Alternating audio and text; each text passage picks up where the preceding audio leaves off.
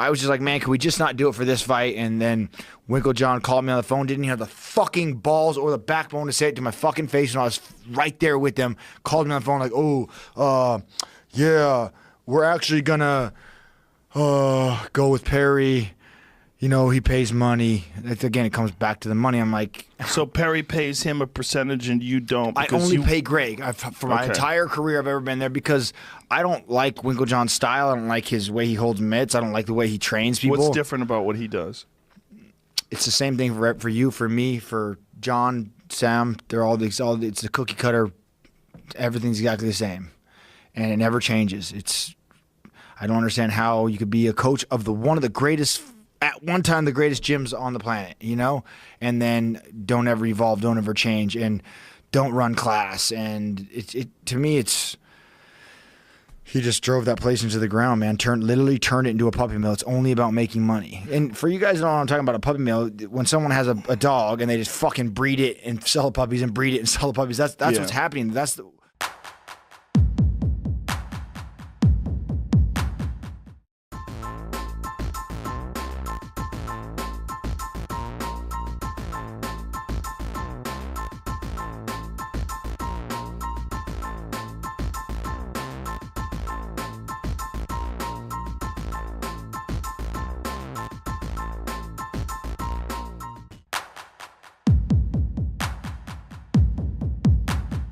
First things first, man, we want to get a medical update. When was the last time you visited a doctor, and what did he say?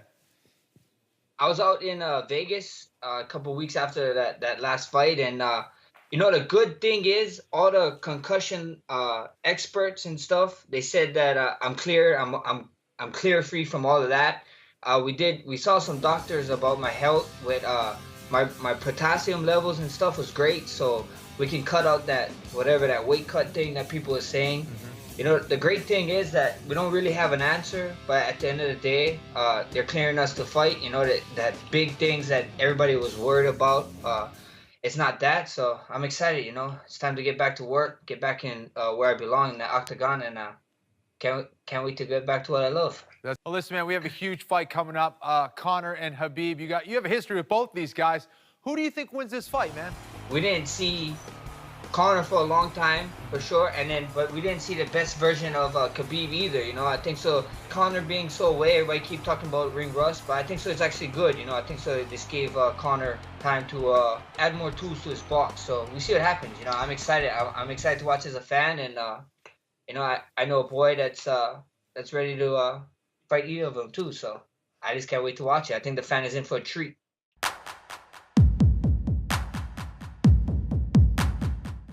Let me ask you the whole thing about Usman as a backup. I know he's supposed to be a backup for both you guys, but I think the underlying feeling is he's a backup for you missing weight. Yeah. I mean, what's your thoughts on that? Do you say, hey, props to UFC, or do you take that as some disrespect? To be honest, right, I don't really care. I feel like I'm the only fighter who's ever missed weight in the UFC, to be totally honest. I feel like anyone who when we talk about weight now, it's that until, you know, because I missed weight. People need to just get off it.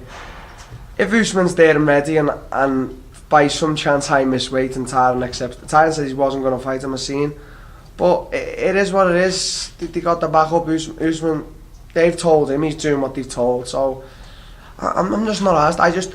I'm just focused on Friday making 170, and then Saturday and going in and absolutely fucking destroying Tyron Woodley. That's all I'm focusing on right now. I'm not focusing on what she says or what he says online or what Usman says or what fucking Billy Joe says at the top, whatever. I don't really care.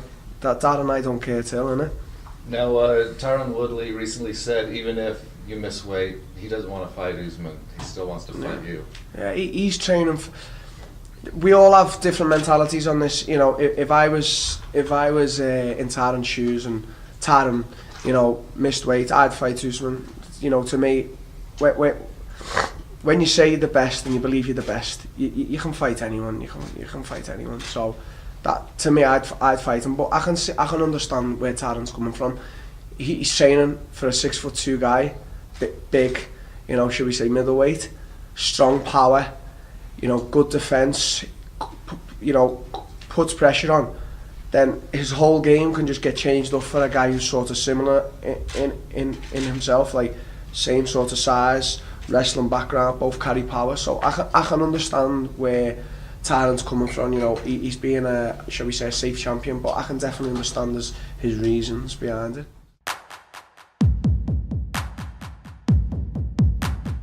You've developed this reputation as the guy who calls his shot. You always have someone ready and whatnot. And I have to be honest, I'm a little hesitant to ask you this question because this was kind of the source of our last sort of misunderstanding.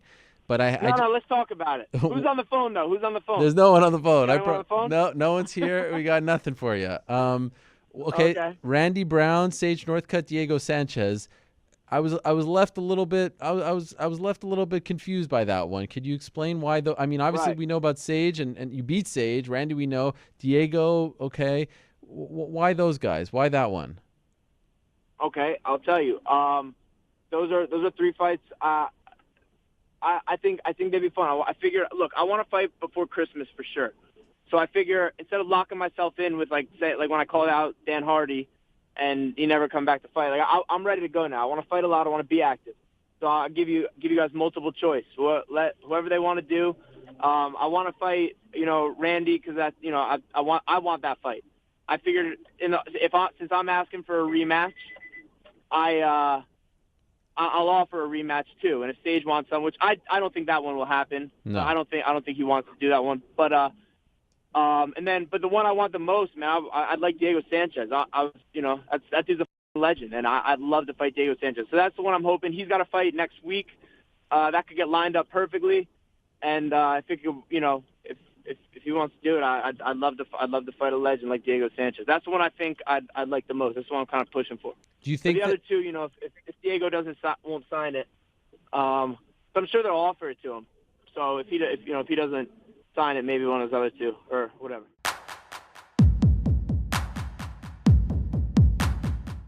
Conor McGregor, posting about Khabib's dad. Well, he mentions Khabib's dad, so he writes here. He tags Khabib's dad, Jesus, which is hard to pronounce. Abdul Manap. You don't have to try, Jen. I can't do it myself. He goes, "I can see you," and they chose a picture of Ayala Akinta. Ayala Akinta did a selfie during that time, and this is back when Conor did that bus attack. And then you could see Khabib in the background, kind of with an expression like he's worried. And is that his dad, though? No, that's not his dad. I was going to say, his dad rough, too. So Conor writes, "I can see you cowering behind fake respect, just like your middle child, a quivering coward." Jesus Christ. He tagged his dad, that's pretty hardcore. So here's the thing. There's not a whole lot to do for Conor McGregor to come after Khabib, saying, I see fear in you, I see quit. Like he's a complete fucking Dagestanian killer, right? So there's not a whole lot of angles. But what Conor does best is try and find some sort of angle. Is this a reach? Sure.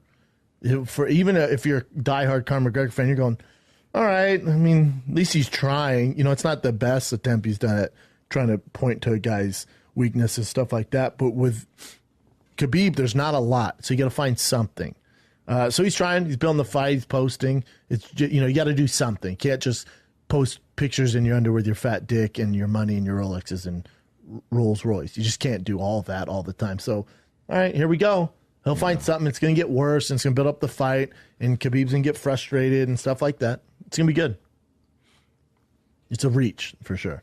He posted another thing. I don't know how big of a deal this is, but another teammate of Khabib's, the guy that was part of, the guy that's going to fight Artem Lobov next, right? He was a part of that thing where they went up to Artem Lobov and Khabib touched, Lobov's face. Yep. So Conor did this message here. So he takes a picture of the guy on his Instagram. Then he wrote, because this guy's Chechen. A true Chechen would never assist in a Dagestani-led attack on another Chechen, who is Artem. A true Chechen would never take orders from a Dagestani man. This is treason. There's no worse than treason. There you go. Another angle. Yeah. And he's right? In over time, and you look at the history of Dagestanis and Chechens and stuff like that. So he's trying this angle, and he's calling out their team, and I'm sure it makes them feel like shit, and it's building hype, and there you go. Alrighty. It's a reach, right? Like it's not like it's a different angle for sure. It's a different angle. Yeah. But you got to find one because it's tough to do right now. the UFC can just play the dolly thing over and over. And this he doesn't need to do this, but this is what Conor does, and it's going to get better, right? He's been out for 2 years. It's going to get better.